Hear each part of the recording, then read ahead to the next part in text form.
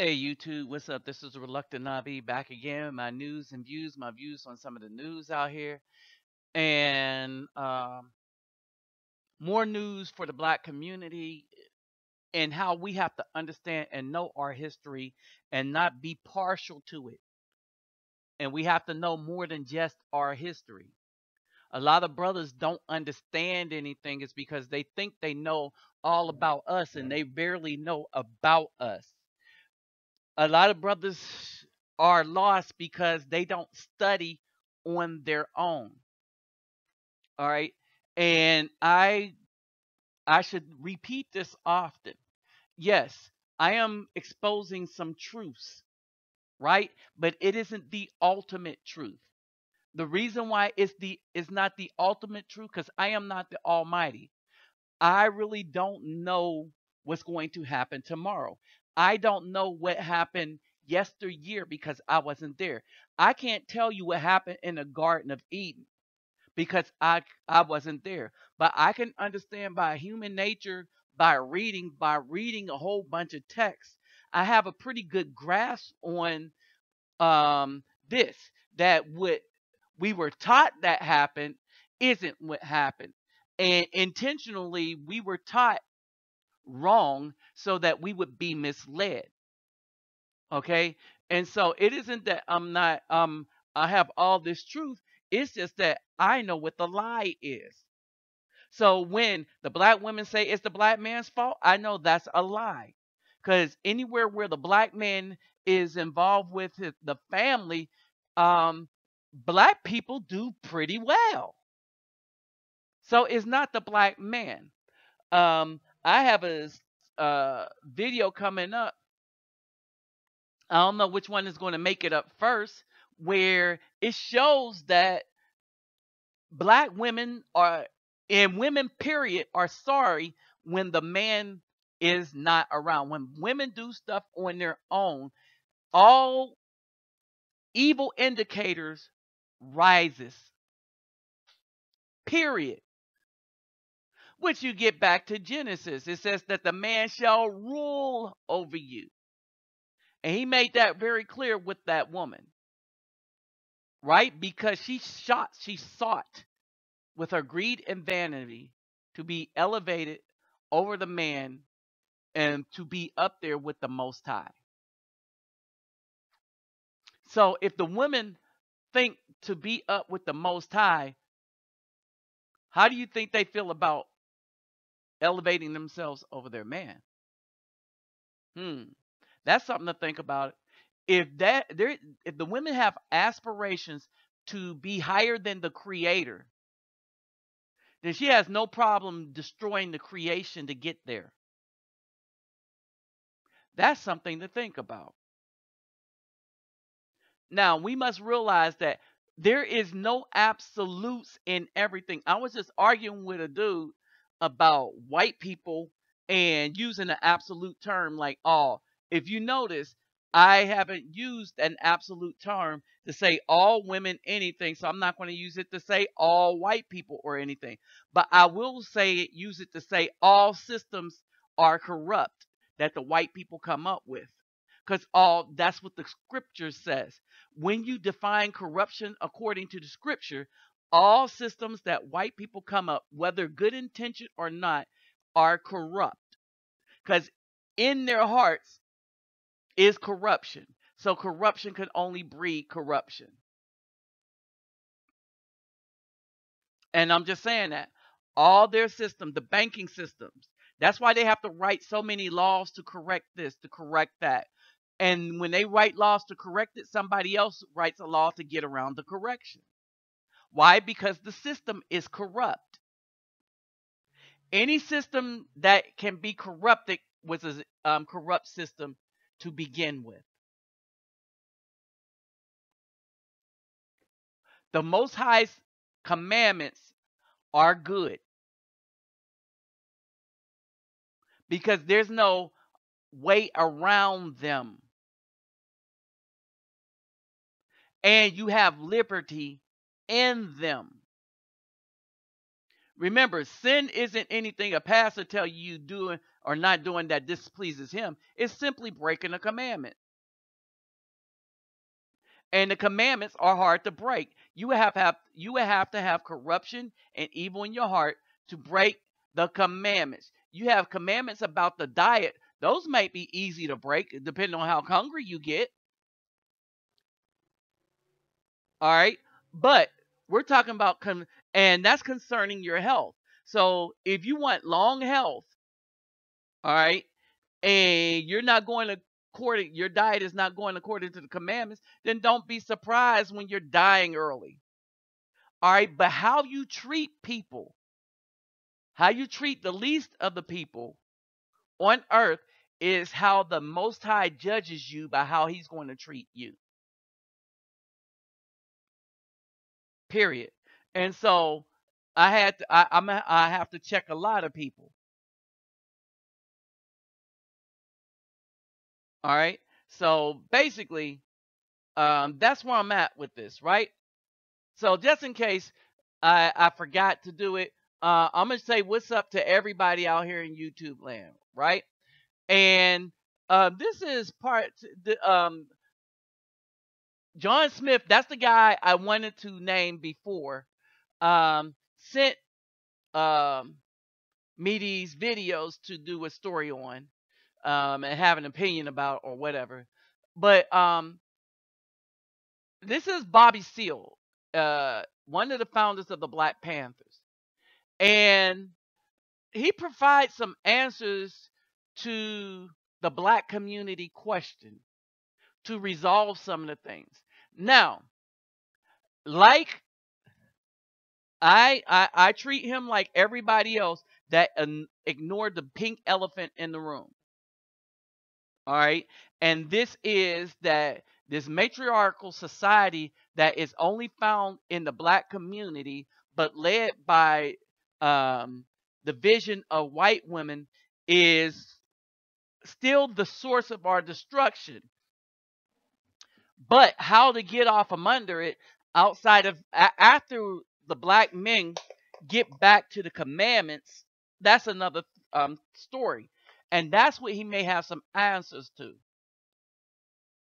Where I draw the line is first, the brothers, before we start organizing anything, we got to find enough brothers that have gotten back to the commandments. And then the brothers and brothers only have to be at the head of that. And the brothers and brothers only must lead it.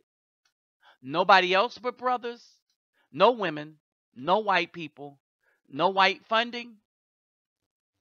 And if we're doing our job, then we would have sisters, good sisters, that will want to unite with us, and we can fund it ourselves. Be self-reliant and self-sufficient. Now, I would like to thank John Smith for this and the other one.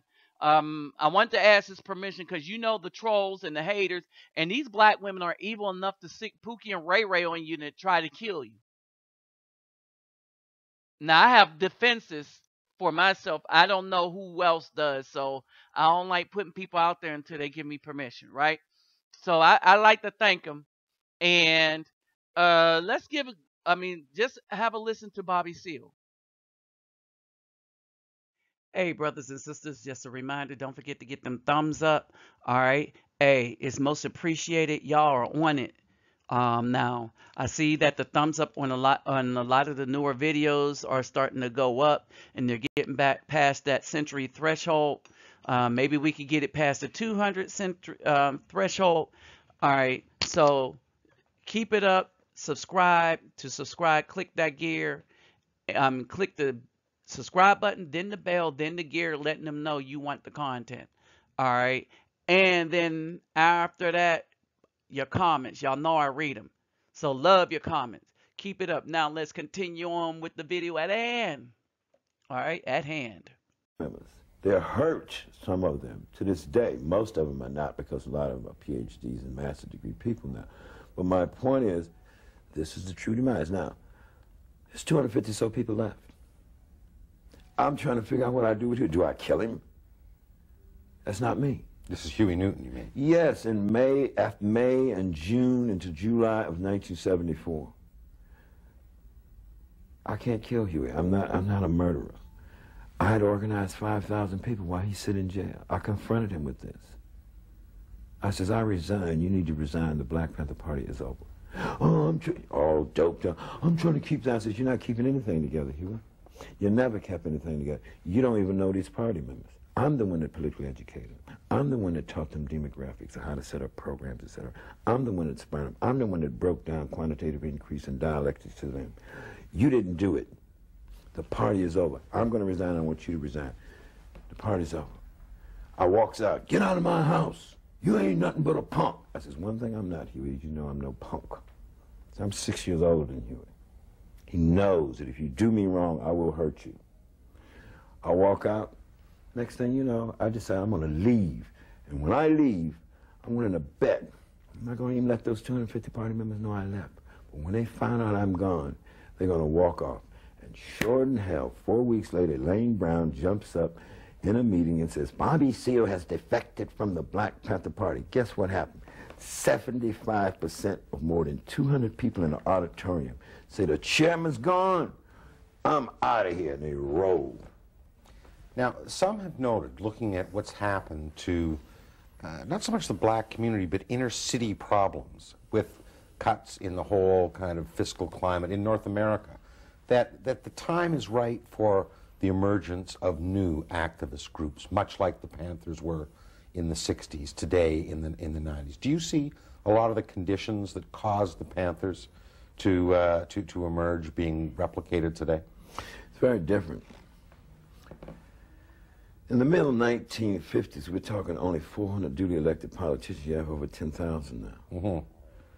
Really, largely, when you talk about pushing, and even though it's not really the final revolutionary struggle, that's already been done.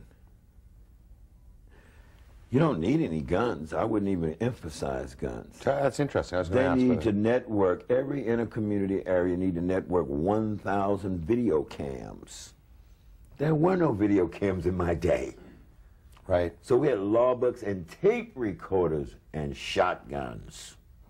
So the video cam that got Remember, Rodney all we King. had was a tape recorder. But we had to have that shotgun because they would jump on you, shoot you, brutalize you, and murder you.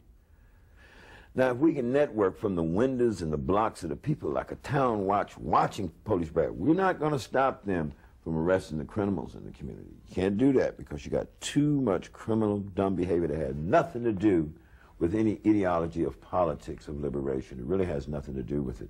It's just a bunch of, I'm just saying, so what is a new organization supposed to be about? The first phase was trying to wipe the laws of segregation off the books with Martin Luther King, Thurgood Marshall, Rosa Parks. They evolved the movement to wipe 8. So 15, 16 years later, 90 and 95% of the written laws of segregation was wiped off the books from the 50s to the early 70s. The second phase was Bobby Seale, Kwame Ture, the Black Panther Party, SNCC, Rap Brown, and even OAAU with Malcolm X, when he finally got away from the Nation of Islam, created this secular kind of OAAU organization. That was all about trying to evolve that grassroots political electoral community power to get more participation in the system, right? The third phase is about economic liberation, and it still exists to this day. So whatever organization comes about, we got to get beyond names, and the content must be about higher education and economic liberation. Inclusive in that higher education is not only African and African American people's studies, it's Native American people's studies, it's all ethnic group studies.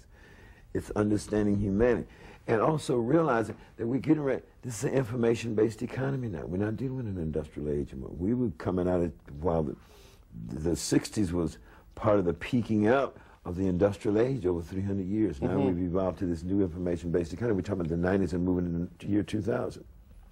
So for every little group to jump, we're the new Black Panthers. I'm asking, what is your ideology? Is it about education and economic liberation or not? And if it's not, I have no time for it. What's your take on a lot of the interracial problems that are happening in minority communities in America right now? Black on Korean problems, black on Asian problems. It's because most of that is generated by varying degrees of what I call xenophobic nationalism or naive black nationalism. These nationalist groups speak in terms of separation, et cetera, and so on. And they're coming from an old ideological approach. The problem with that is that they forget that this world is too interconnected and too interrelated. What they don't understand is black unity has to be about helping to humanize the world. I think that Nelson Mandela represents a profound example. On the one hand, remember 2 or 3 years ago, Brother Khalid Muhammad. Now, don't get me wrong. I understand Khalid Muhammad's growing up disenfranchisement and the racism, beating him on his head, and probably the police done brutalized him and killed. You know what I mean? And so he jumped up 2 or 3 years ago. Yeah, and when Nelson Mandela and them took over, they need to kill all the white folks. And if there's an old white man in a wheelchair, you need to push him off a cliff. Now, what is that? That's stooping to the same level of a Hitler-type racist Ku Klux Klan. And a lot of times these guys emotionally feel that this is justified because it was done to black folks. But that is not the goal objective of the struggle. This is where the right-wing racists on the other end are able to use that to justify a perpetuation of the exploitation, murder, and brutality of people of color. The true goal objective is where Nelson Mandela is coming from. To get control of the political, economic, and social justice institutions, it's going to take him a few years to get greater control of the security forces there and the real political procedure to a point where when he says we're going to have a non-racist society and a non-sexist society, to have a non-sexist society is to focus in on what human liberation is about. That is the goal objective. In other words, black unity is only for a catalyst to help humanize the world. What kind of tactics do you think are going to be necessary to gain that economic, social, and political control? What activists out there are doing things that impressed you today? I love the way, was it Greenpeace or Green Party and the groups on the internet signed this petition against the French government for its renewal of nuclear testing. Yeah. How can we get more creative with that as form part of the tactic? We have to understand that we can get across border lines, we can communicate. I mean, people are going to have to create tactics that are going to, where you're arguing some civil human rights issue, you're going to have to show its interconnection with how the environment is being described. What about the Louis Farrakhan's and the other black leaders who've come to prominence in the last... Well, you know, Louis Farrakhan is a reverend, a preacher, whatever, you know, he's sort of a messiah-type guy, you know, but I have to give him credit for more recently, in terms of organizing tactics. The African American Economic Development Council, to me, was the most important thing he said. It represented coalition, political, community organized. He has to work with 25 other black organizations totally outside of the Nation of Islam with the African American Economic Development Council. You see what I'm getting at? So, depending on if that goes positive, that's the most important thing he said in that whole speech. You know, my point is, it's probably a growth level for him. He had to stop castigating Jewish people for based on an old 2,000-year-old religious war that's been going on in the Middle East. You know what I mean? I'm tired of it. And if we get beyond him, I think Jesse Jackson's speech was very significant at that Million Man March. And people need to listen to that. You know, what he was talking about. You know, next time there's a march, we need to have a 5 million people march. Men, women, black, white, blue, red, green, yellow, and polka dot. That's the next march that need to come down. And what lies ahead for Bobby Seale? Bobby Seale, I'll probably produce this film, Seize the Time, with the real authentic high drama of the Black Panther Party. Black Panther Party's history on the big screen. Out of that, we hope to raise some money to create the Environmental Renovation Youth Jobs Project, particularly in Philadelphia is the first example, then maybe to Detroit and some other cities. Idea is you got to raise that $10 million. I'll take the cookbook, Barbecuing with Bobby, put it on CD-ROM now, add some more recipes, a new edition on CD-ROM, and help market that. And up to 50% of those funds will help go to the Environmental Renovation Youth Job Project. Actually, this is where you're encouraging kids to renovate cars and... No, we're structuring it in such a way, under reach, but the Environmental Renovation Youth Project will also be a nonprofit entity where we, former party members, the handful I'm working with, we're actually hiring professional supervisors, professional carpenters, builders, drywallers, electricians, roofers, etc. They'd be paid union scale with all the retirement and stuff. But they'll have anywhere from 3 to 6 youth that they'll be teaching to do this actual work. And we'll be able to pay those youth $7.50, $8.50 an hour. Renovating old houses and renovating old cars. And also, step by step, involving electrical automobile technology, alternative energy frameworks for the renovated housing. You see them getting up, putting it back on the market, the money is paid back to the... Right. Make these real jobs and then teach human resources skills. They work 40 hours a week, 5 hours as human resources skills. You sit on the computer and you're going to have to learn how. And we will teach you and show you to fill out your grant papers to be able to go to college or grade school. And if you're in this program 2.5 years, you're going to learn everything from against violence, decent relationships between male and female. Half of my program will be male, females in them anyway.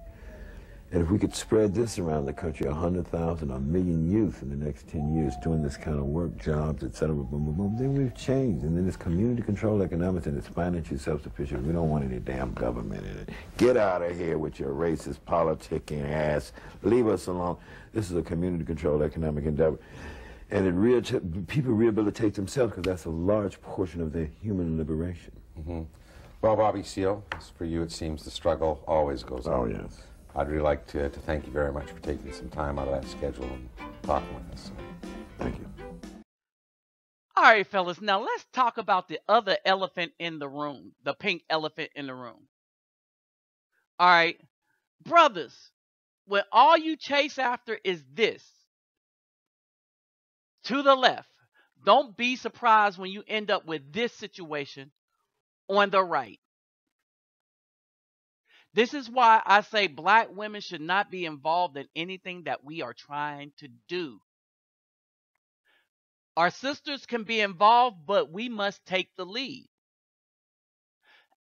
No more do we let our sisters lead us or lead anything we're involved in that is improving the family and the community. No more do we ever let that happen. Y'all see what it is now. Even though black men took the lead with the Black Panthers, black men took the lead and got assassinated with what Malcolm was doing, what Martin Luther King was doing, Medgar Evers, Emmett Till. All these people got assassinated. The nasty black woman come up and say, a black man ain't never led nothing. He ain't never did nothing for us. All right. So even though you die making big organizations whose programs the black women enjoy today, like WIC, Head Start, free ambulances, after school program for them little baby children,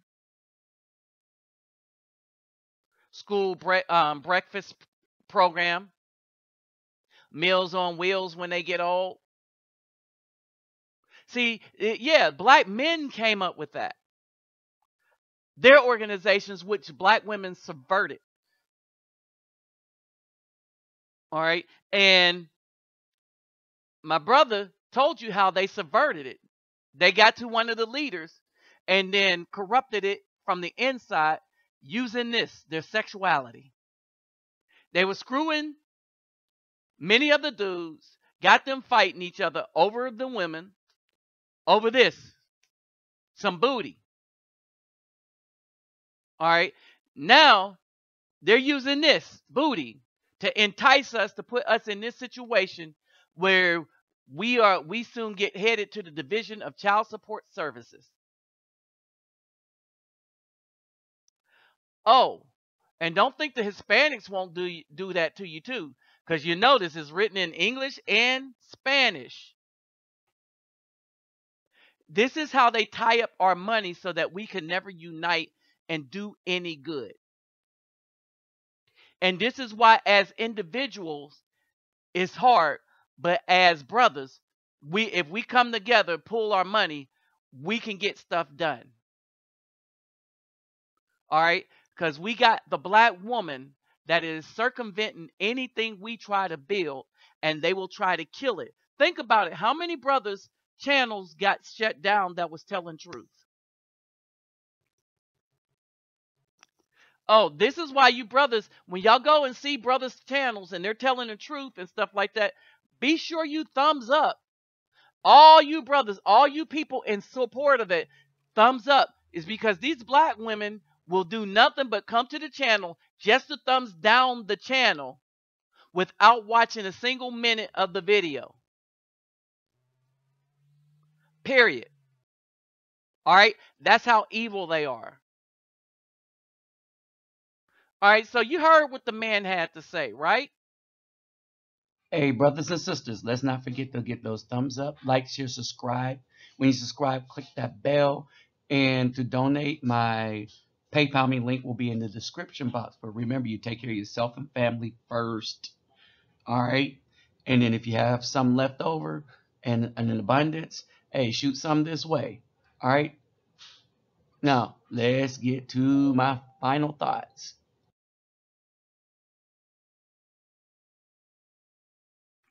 So here are my final thoughts. All right. I'm saying we need to organize and get together. I'm doing stuff already. I have some plans in the work. I have reached out to a couple of people, and I'm gonna really do my due diligence this week and next week. So those of you that are at my kind of private email, I'm gonna be hitting y'all up. All right, and I've talked to some of you about what I want to do. And I wanted you to look over this again and again and tell me what kind of ideas you have and what you think you could come up with. All right? With that said, I'm out.